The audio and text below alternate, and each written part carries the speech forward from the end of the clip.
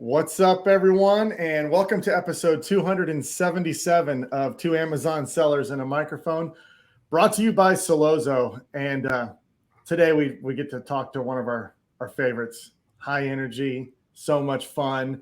We're going to be talking about running an 8-figure Amazon empire. I mean, how exciting is that? So we'll talk all about that and so much more. But joining us is Eric Castellano from Amazon Lit. What's up, Eric? What's up, fellas? Chris, Dustin, it's always a pleasure. Excited to be back on and kind of share some insights. I appreciate you having me. Oh yeah, well, we're very excited. I mean, we had so much fun talking to you last time.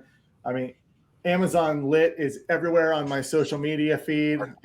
I see all your content. It's amazing. You guys are so good at just offering advice. I mean, you're giving an inside look into your business. You're helping so many people out get started, primarily in wholesale model on Amazon. You know, there's lots of different ways to sell, but wholesale, I mean, you guys have your story. We talked to you. We looked, it was just a little over a year ago. And so people can look back at that episode. You gave a great background, how you got into the space, starting with like arbitrage and retail arbitrage and flipping stuff and growing. And you just scaled so fast. And we want to bring you back on just to get some updates with what's going on. So how's everything going for you guys over there? So business is going well. We're continuing to grow month over month, which is really the name of the game for us. But as a lot of you are aware, profit has become a huge topic of discussion in our business because as Amazon continues to get, competitive and everybody's opening up wholesale accounts, like profit is at the forefront of every decision we make. And early on, it wasn't always like that. Our goal early on was just to sell a lot of inventory and kind of build a space for us in Amazon as a reputable Amazon seller. Well, Chris, you're the one who brought it up before we started. You want to ask the question about the orange bars? Yeah. You guys will follow him on Instagram or Twitter. But they said orange bars are cool, but profit is better or something along those lines. Yeah. I saw that. I was like, gosh, that's so true. People will post screenshots of like orange bars. And for those of you sell on Amazon, you know what those are. But, like, oh, look at our numbers. It's like, okay, what's your profit, though? That profit's even better. And especially now with, I think since the last time we've talked, margins are getting tighter. You got to be more profitable. Is that what you're seeing as well in the wholesale space? Yeah, absolutely. I still think it's a wonderful time to start an Amazon business because there's a lot of opportunity. But what I'm training my team as well as some of the sellers I work with directly to do is just be more, a little more picky with the products that you're picking and make sure you're really analyzing the data. You have minimum buying requirements. You understand your prep costs. And you have a full picture of what it costs to really operate your business. So when you buy a product, you have a clear vision of what the expected profit can be on the sale of those items. Where are you seeing this profit squeeze? I mean, I'm sure it's coming from a lot of different places. Amazon fees change, your transportation, logistics change, distributor and wholesale cost of products is probably changing. I mean, are you getting it from all fronts, or is there something that's really causing this? Just the awareness, more of a focus on this. Yeah. So one of the things that contributed a lot was the increase in removal and disposal fees from Amazon. That's costing us right now about $15,000 to $20,000 a month in additional expenses. It used to be around $4,000 to $8,000, so that is 3x in itself. As well as there's a lot of sellers, I'm sure we all know, on Amazon Marketplace that really don't know what they're doing. So they buy inventory, they drop prices, and what happens is a lot of sellers get scared, and instead of looking at the data, they match and drop prices as well. Instead of being like, oh, this guy's going to be sold out in 3 weeks, I'm just going to hold on my inventory and let it ride. So between, the sellers really not knowing what they're doing, the competition, the increase in FBA fees, those are all things we're being mindful of as we move forward in our company. Something I want to touch on is your operation. I mean, this is probably a bigger operation than most of us have ever ran in our lives. I mean, an 8-figure warehouse, you got to probably lots of buyers. What are some difficulties with that? Like, building a team, training them the way you want to train them. Like one wrong purchase order may not hurt you as much because of the volume you're doing, but somebody who's like a 5 or 6 figure seller, they make one wrong buy, it could kill their whole entire business. So what are some things that, you've found with growing a team that have been difficult to kind of overcome? Yeah, so I would say one of the key takeaways that I'd like to discuss about building a team is properly trained management. Because just me or my business partner Sebastian managing the warehouse, managing the buyers, managing the web development team, it would be impossible for us to do that with our schedules. We'd never be able to allocate the time to properly train those employees to be able to perform. But some of the things we put in place, in our warehouse, we have daily production goals and we incentivize our employees to hit those, right? And then B, with our buyers, we have purchase requirements. So like an example of a purchase requirement is anything over $15,000 cost of goods needs at least to be shared with someone else on the team before it's made, right? This way you're getting multiple eyes looking at that decision. And it's not just one person going with their gut, like I'm getting it, Yeah. Yeah. That's a good little double check system. Cause I can't imagine. I've made my own bad purchases and having somebody to look at it and like take your eyes off. Sometimes we fall in love with an idea like, "Ooh, this is going to be good. I'm going to make so much money on this one." Yeah. And then someone says, "Hey, this is a large item. It's going to charge you out the ass for storage or something." So, and really those requirements are based on your company. So if you're operating a smaller business, like many years ago, we had a requirement. It was like 4,000, and then it was 8,000, and then it was 10, and we continue to raise it as our company gets bigger based on the risk versus reward. If I'm willing to risk that 15K without an approval or that $14,900 without an approval, I'm comfortable doing that. But anything over needs to be looked at. How big a team are we talking that you have now? How big of employees? How many employees you have now? We have about 45 in-house employees and another maybe 7 to 10 virtual assistants. Gotcha. That's an operation. That's an operation. It's amazing. I mean, your growth, just following you, watching your story, it's amazing, and it should be inspiring and encouraging. Because I know we've just talked about some of the difficulties, but as it's always been, those difficulties provide opportunities for the people that are in it, and from that, what are you mentioned you're really trying to focus on making sure that the products that you're trying to focus on, the metrics are right for the products that you are buying now. What are some of those things that you're looking for to make sure that there is not that profit pinch? Yeah. So number one is what I call PCPA in our business, production cost per ASIN. Very simple metric to calculate. It's your entire monthly expenses to run your operation divided by the amount of orders you produce in that same period. So if you're analyzing 30 days, it's your 30-day expenses divided by the orders that you're producing.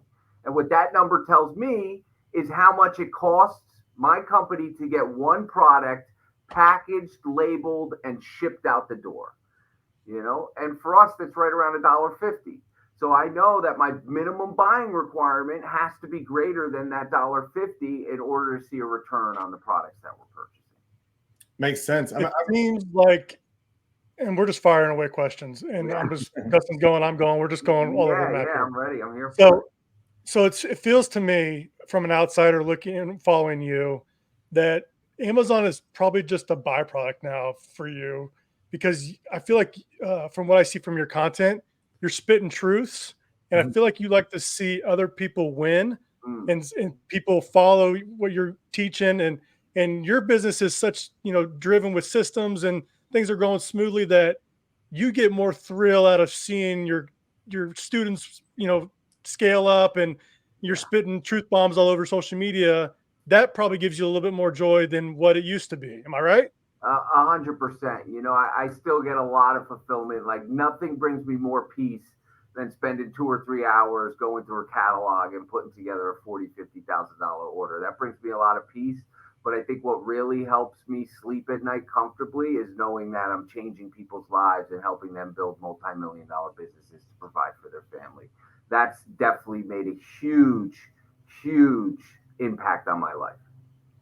Do you feel like there was a time where like I'm just trying to put myself in your shoes, where you got your systems going and you're like, yeah, this is great, but the guy next door is struggling. Let me go help him. Yeah. And that just gives you a little bit more. Like I love calling, or people call in, talk about Slozo, and I love like helping them with sellers. Yeah. Was there a spot in like your business where like you transition your mindset from hustle, hustle, hustle, hustle, hustle to now let's just provide and help? Yeah, so it really all started in 2018. I did a lot of one-on-one calls. I probably did over 2,000 one-on-one calls with Amazon sellers from around the world. And I did that for about 2.5 years. And from 2018 to maybe end of 2020, what I was able to do was learn everybody's pain points, because every call I had, I'd pop open my Excel document and be like, this guy's struggling with suppliers. This guy's struggling with his purchasing. This guy's struggling with hiring teams. And then I would put, check marks every time someone had the same issue. So that really taught me a lot about what people need as Amazon business owners in order to grow. And then through our training courses and recently our inner circle, I'm able to work more hands-on and assist those sellers really fine-tuning their processes, because there's only so much change that can happen from a YouTube video or even a course or a live weekly call. But when you're more hands-on with a business, you can truly revolutionize their growth. It's so true. And your approach, I feel like it's contrary to a typical business. I mean, you're helping create and build competitors to you. I mean, and it's like Coke giving Pepsi their formula or whatever. But there's so much products out there. Exactly. It's like 1% are going to do something about it. Like you can give away all the secrets, the supplier list, the contacts you have, but they still got to take action. They still got to take action. Yeah, that's very true. And you know what? Sometimes Sebastian and myself, we have phone calls and we're like, what are we doing right now? Because like some of my programs are multiple 5-figure programs, but I'm like, we're helping these people build. So for example, this guy, he's in our inner circle. We've been working with him closely for about 2 years now. We've been to his warehouse 3 or 4 times. We've helped him optimize his workspace, streamline his efficiency, like everything.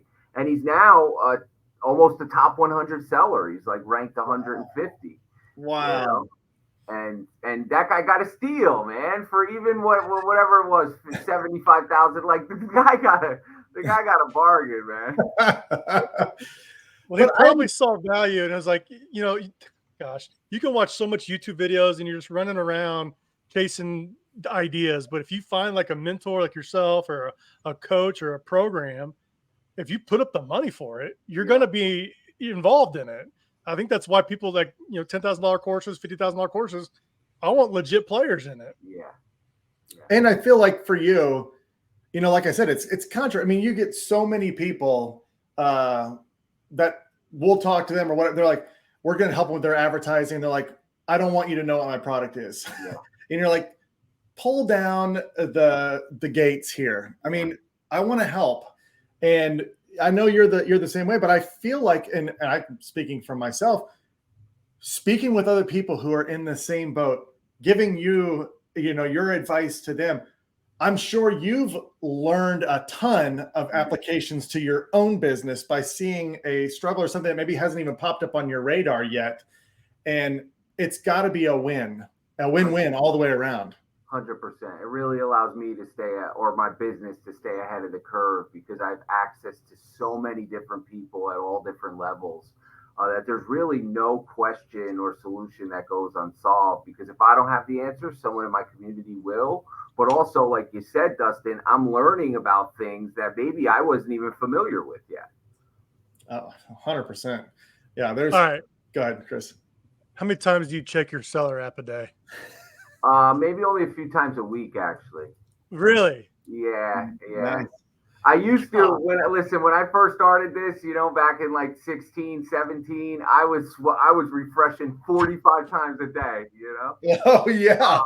But now once in a while at night, and typically I only pop in there if I'm going to post something on Instagram because it's one of the things I least like posting is orange bars, but the community loves it. So I post them really for them. It's not for me. It's not to show off. It's just to let people know, like, hey, this is what I do for a living, and we're pretty good at it. And are there certain categories that you stay away from that you just don't touch? And then on the other part of that question, what are some good categories that you just go all in on that you just focus on? We stay far away from apparel and shoes. The return rate is between 15 and 20%, eats up a lot of the margins. We also stay away from high-end electronics, specifically like hair trimmers, basically any gaming consoles, anything with a high price point that's electronic. The return rates are very high as well. Our bread and butter is health, beauty, home and kitchen, and I love grocery because you can't return most of the products as well. Now, did you learn the hard way about those categories like electronics and apparel? Were you guys dabbling in that stuff at the beginning and you're like, you know what, we're done with these? Yeah, so pre-COVID, right around 2020, we built a great relationship with a guy up the street from me, and he's a wholesaler and he's in the shoe business. And we placed a couple six-figure purchase orders from him, and it looked really good, right? Profits are coming in. You see his average like 15, 18% margins. But then after all the returns came in, we were making 2-3 percentage points. And at that point, it's like, I invested, $400,000 or $500,000 to make 20 grand. Like that's not worth it for us. That money can be used to make more money somewhere else. Much more. What is that margin you're looking at? Like, what is that? 10, 15? Is that what you're headed towards? Yeah. So our minimum buying requirements, 10% gross margin and $2.50. So it has to meet both of those requirements or we won't bring it into our store. So do lower priced items get basically, pushed off because of those numbers? I mean, do you sell anything that is like a $10 retail item or a $15 retail? I mean, it's hard to get to those numbers with 10% plus 250. Yeah. If they're low, does that automatically eliminate most of those? Yeah, that's a great question. I actually just ran this data the other day now that they're eliminating the small and light program and changing it to the reduced FBA fees on August 29th. And small and light makes up 15% of our total catalog. Okay. So you're talking maybe 600,000, 700,000 in sales. So it's not a huge percentage, but our profits are very reasonable for those products. So I don't mind selling them as long as they meet those requirements. Yeah. I mean, so let's talk through just what the flow looks like of creating deals with new brands, becoming whole. Like, how often are you bringing on new products, new brands? Obviously, versus you've got the established ones that are just hopefully constantly being reordered. Yeah. But what's the velocity of adding products to your catalog look like? Yeah. So about 50% of our SKUs are new products that we're adding. Wow. And we ship on average 12 times 6.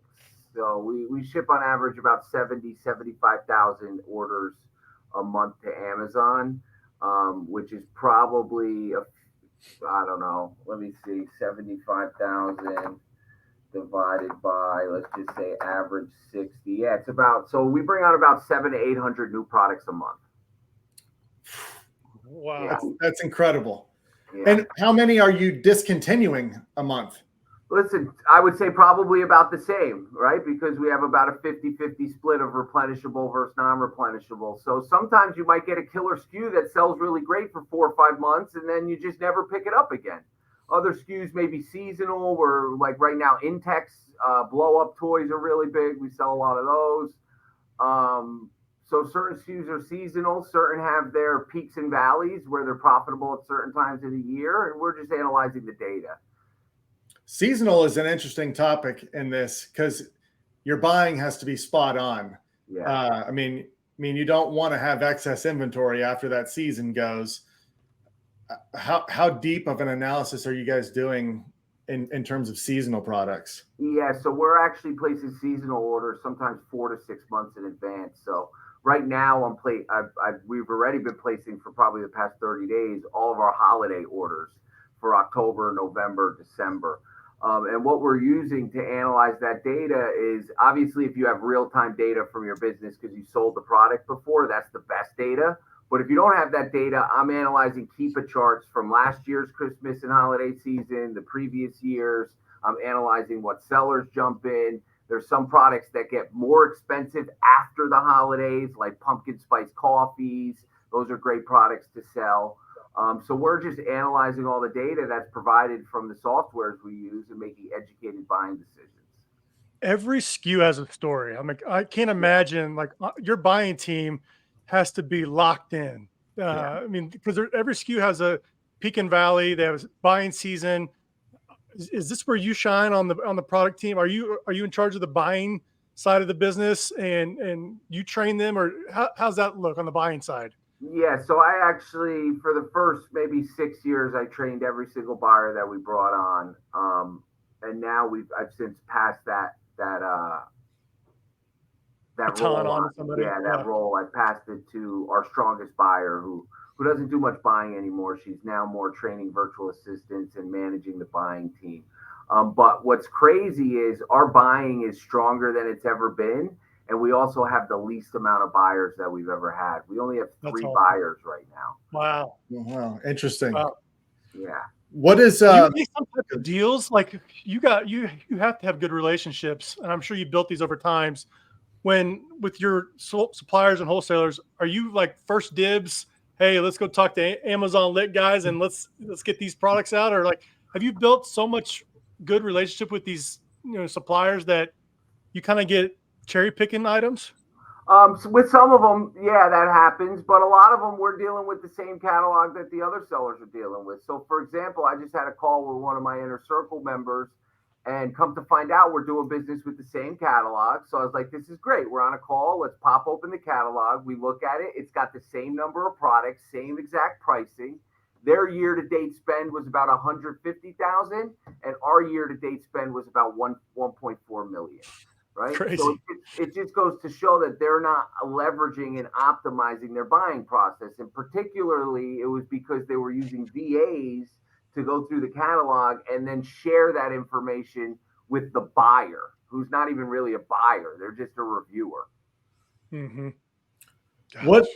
What's it look like? Because I know, and correct me if I'm wrong here. This is this is my gut. Is the wholesale? I mean, a lot of the best deals, especially in the past, were brands who did not really own their Amazon presence. Yeah. They weren't vendor accounts with Amazon. They didn't have their own seller accounts. They were just selling directly to retail stores, distributors. You're able to get those, present their products really well on Amazon. And that was the win for you. Recently, it seems like brands are starting to pay attention more to their Amazon presence, maybe taking over Amazon.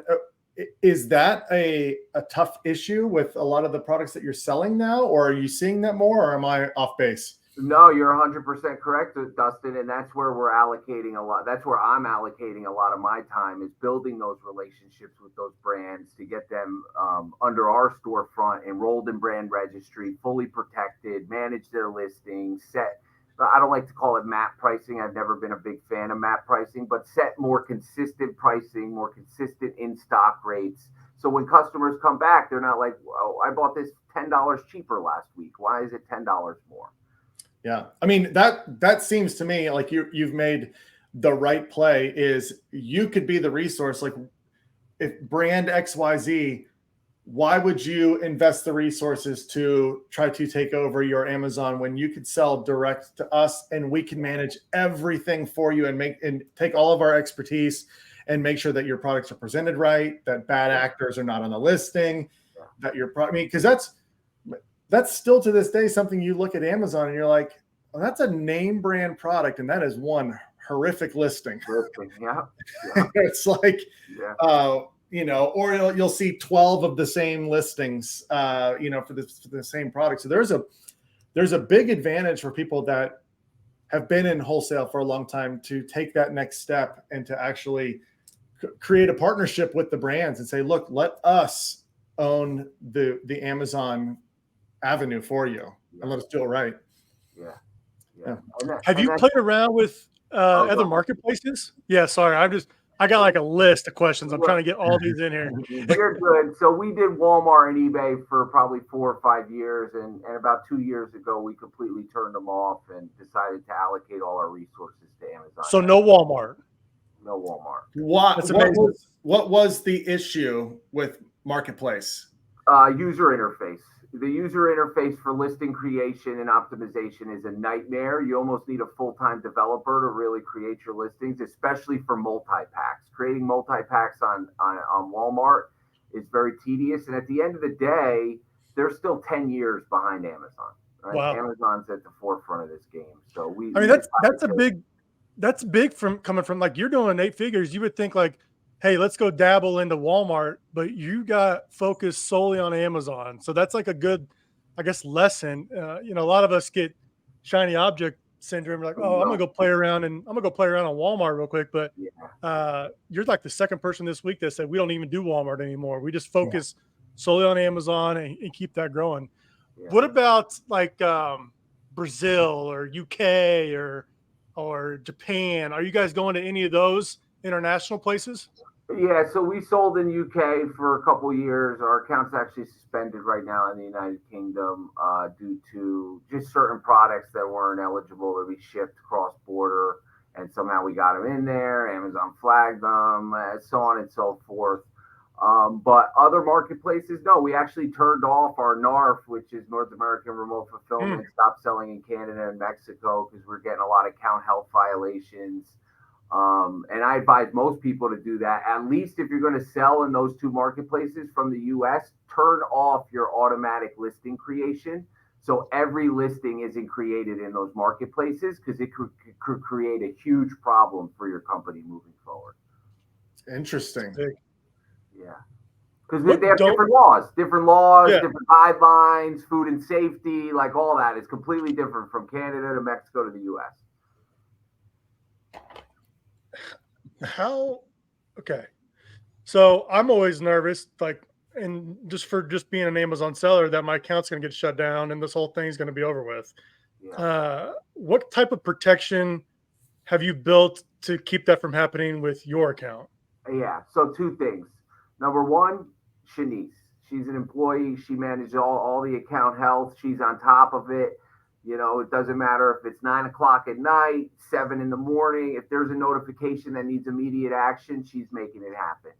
2 is we pay $5,000 a month for a SaaS core representative through Amazon, which does not guarantee that if you get suspended, you'll get your account back. But what it provides is a direct resource within Amazon to kind of help troubleshoot any issues that we're experiencing. Was there a revenue mark you hit when they came asking you if you wanted that SaaS core? Was there a certain number you had to be selling before you were able to get that? No, I'm pretty sure it's available to all sellers, because I know some of the sellers I work with, they're doing, 4 to 10 million and they have SaaS core representatives, but it's based on revenue. So we're at the highest tier, which is 5,000. And this might have changed recently, but it's typically between 2,000 a month and 5,000 a month for a SaaS core representative. Okay. Well, the account health is interesting, because that's a scary page to go to sometimes.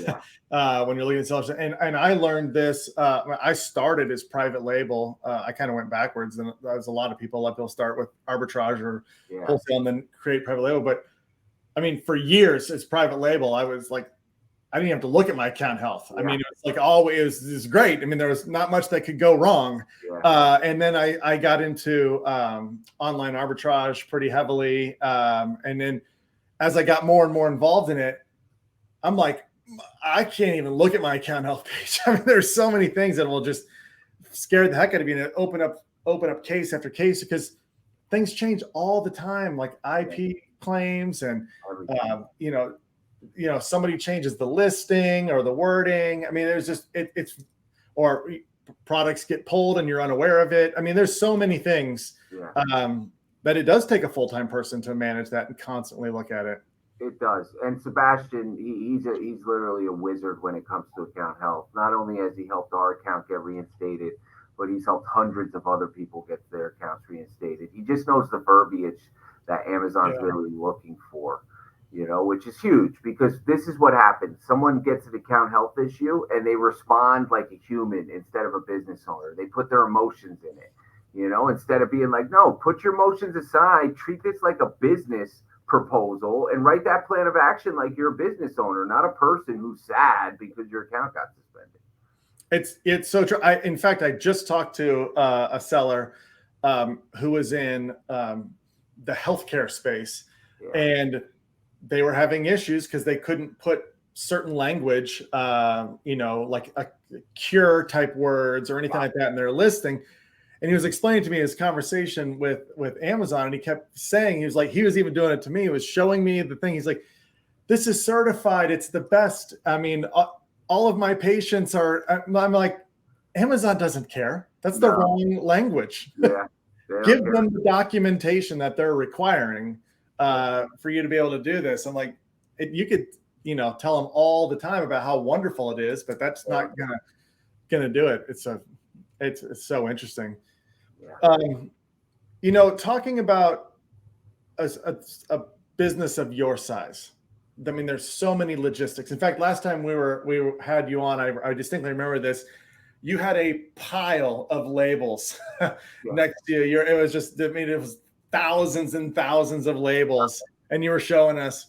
I was like, their operations have to be so buttoned up, and the way that you can create efficiencies just in even like your labeling process or how you're packaging products to ship in, because there's so many ways to shave off $1, whether it's an employee time or everything. I mean, do you feel like that? I mean, is that an ever constantly changing aspect of your business where you're just constantly trying to, make it more and more efficient, be able to do more in less time? Yeah, 100%. Actually, or last week, Sebastian and I, we spent multiple hours reviewing our data, seeing what we need to do to produce more inventory out of here to decrease that PCPA I was talking about earlier, which will in turn increase our profits. So we're doing everything. I'm counting steps. I'm making sure my employees aren't moving around too much. We're negotiating prices for FN SKU labels, boxes from local distributors, like everything to put more money back into the company. Is there something that, I'm sure there is, but what do you do poorly? What's something that is like right now you wake up, you're like, we got to work on this better. We got to be better at this. We need to be more efficient in this area. What is an area of your business that you could improve on? I need to build out a team to help me manage some of these brands now, because we're really getting, right now, me and Sebastian, we manage all the brands, and we do maybe 10 million a year in brand direct relationships. So it's a lot on our plate. It's really the main thing that I do in my business: manage brands and play around with our repricer to make sure our products are selling. So right now, something I need to do, which I've done before, I could do it again, but it's daunting to train another team member and import what's in here into their mind. But I need to start building out a team to help me, move some of these brands in the right direction. So not because I'm having an issue with the current brands, but that we want to bring on new brands. Right. And how many brands do you currently work with, roughly? 10 to 12. Amazing. 10 to 12 brands, and it's an 8-figure business. Yeah. Like that's I was expecting a higher number. That's good. That's the ones you work direct with the brands, not distributors, is what you're saying. No, those are all brand direct relationships. Like, we have some licensing contracts in North America. We have a bunch of brands enrolled in brand registry. And we manage all their listings. Yeah. What's next for you? What's on the horizon, both with the business and with Amazon Lit? Yeah. So Amazon Lit, I really like our inner circle, which is, it's the only way to get direct access to me and Sebastian. And it's where we work personally one-on-one with you. We fly out to your warehouse. We spend the time training your team. I'd really like to get Amazon or inner circle to 100 businesses. Right now it's at about 45. I feel like at 100 businesses, I'd just be so happy, because the people who join, they see the biggest growth than any other seller that we work with. So that's really something I'm focusing heavy on, is working exclusively with 7 and 8 figure business owners to help scale out. And then something I'm doing on the side is I'm going to start investing into some real estate properties. It's time now. I have a bunch of money stashed away. I have a lot of it in the stock market, cryptocurrency, but I don't own any properties yet. So that's really my next move. Well, we'll have to get you on later to talk about real estate. I mean, that's something that I definitely would like to get into as well. It's something I've always thought about doing, and I mean, it's like there's a lot of opportunity there. If you've got money on the sidelines, it's a great vehicle to put it into. Yeah. Who's in for your inner circle, for your group? Because I know there's a lot of people listening right now. They're obviously like, I've got to learn more. I've got to get to know these guys. I've got to grow my business. Who's the perfect fit for working with you? What kind of personality, or what kind of state of their current business or no business? Yeah. Who succeeds the best with you? Yeah. So number one, you got to be a 7-figure business owner, at least $1 million in the past 12 months in sales revenue, because that puts you at a point where you understand the fundamentals and you're looking for some growth. Typically, the bigger businesses usually excel quicker. Also, you have to be open to taking direction, right? Because what we do is we come in your business and we tell you what needs to be done. Now, obviously, these are suggestions, but if you don't follow them, you'll just continue along your current course of action, which has gotten you to where you are, which is reaching out to me to help you build your business. So open to suggestions is being huge. And then also not afraid to invest in education, further education. The inner circle, it's not a $5,000, $10,000, $12,000 program. It's multiple 5 figures. So you have to be willing to make that commitment to be like, you know what, these guys are going to help me grow my business by $5 million this year. And when I run those numbers, it makes absolute sense. So a lot of trust needs to be involved in the process as well. I love it. I got one more. I got a couple more too. One more too. Well, let me go. I'll go with mine real quick first. Okay. Something I think about, and I've always wondered, someone at running a business of your size, is there a role, or what is the role for Amazon advertising for someone who's in the wholesale space? Yeah, absolutely. So I'm glad you brought this up. So we spend probably $7,000 to $8,000 on our wholesale products a month. And what we do is what we call catch-all campaigns, right? They're very low bids. I'm talking 5 to 25 cents per bid, maybe $25 to $50 daily budgets. And what we're doing is we're throwing in our non-competitive, our excess inventory, the products that the ranking went a little higher. So that's a portion of the advertising, which I encourage most wholesalers to do. It will give you a boost in sales, and typical ACoS will be between like 3 and 6%. So very, very healthy. I'm willing to spend 3 cents on the dollar to get an extra dollar in my business all day long. The second part is when you start partnering with brands, and my pitch to these brands is always to get them to pay for ads. So right now we have probably another 10K in monthly budget coming from the brands that we manage. And actually, I just recently set up my first sponsored brands campaign. I'm typically a PPC coupon volume discount guy, and I'm getting murdered on these sponsored brand campaigns. I'm getting murdered. The ACoS is like 300%. I'm spending, $1,000 a week. I'm like, what am I doing here? It's all relative, isn't it? It's I believe it. But interesting. But I mean, low bid catch-all campaigns, huge. I mean, we recommend that to everybody, no matter what model they're selling under. They always perform well, and they do give you a lift without incurring a huge ACoS. So it's a great point. All right, Chris, you got one more. Yeah, I like the non-Amazon question, so I'm gonna go there. So like business, entrepreneurship, things that Dustin and I really like. Who are some guys or some things that people you follow to like keep your mind sharp, keep you motivated? Who are some people you follow? Yeah, Ed Milet, love the guy. He's just real Yeah. raw, Yeah. authentic. Yep. He's just got this kind of whatever personality. Like you can do this or you cannot, but I'm telling you, this is going to change your life. Yep. I love Russell Brunson. I joined his inner circle.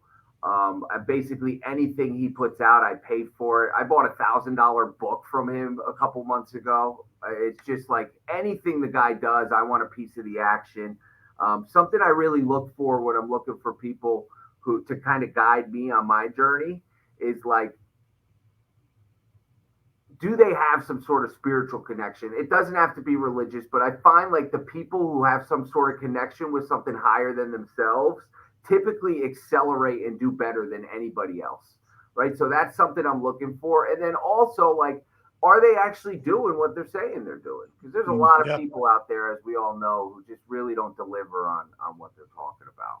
I love lately Grant Cardone, the content he's been putting out with his daughter. He's been having his 14-year-old daughter on these sales calls, and she's closing people for in-person event tickets, and like he's breaking down the numbers, how you made 20 phone calls, you only sold one ticket. So like those 20 phone calls, they actually paid you $25 a phone call, even though you didn't close them. Like all this education for his children is truly mind-blowing for me. That's good to know. Yeah, I'm going to check that out. You don't learn that in school. Yeah, no, you don't. You don't learn that in school. No. Yeah. Unbelievable. Eric, great stuff. We've got all the links for everyone to check out Amazon Lit, learn more about Inner Circle if they're running a 7-figure business. You always bring a lot of insights. It's always encouraging talking to you. Keep putting that content out. I know you won't stop anyway, but it's great for everyone. I love consuming your content that you put out. It's fun to see you guys walk around the warehouse and see what's going on and the growth. So we really appreciate you taking the time to join us. It's been an absolute blast. Yeah, absolutely, guys. It's always a pleasure, and I'm looking forward to connecting on the next one as well. You got it. All right. Thanks, Eric. And thanks, everyone, for tuning in today. We'll be back at this again tomorrow. See ya.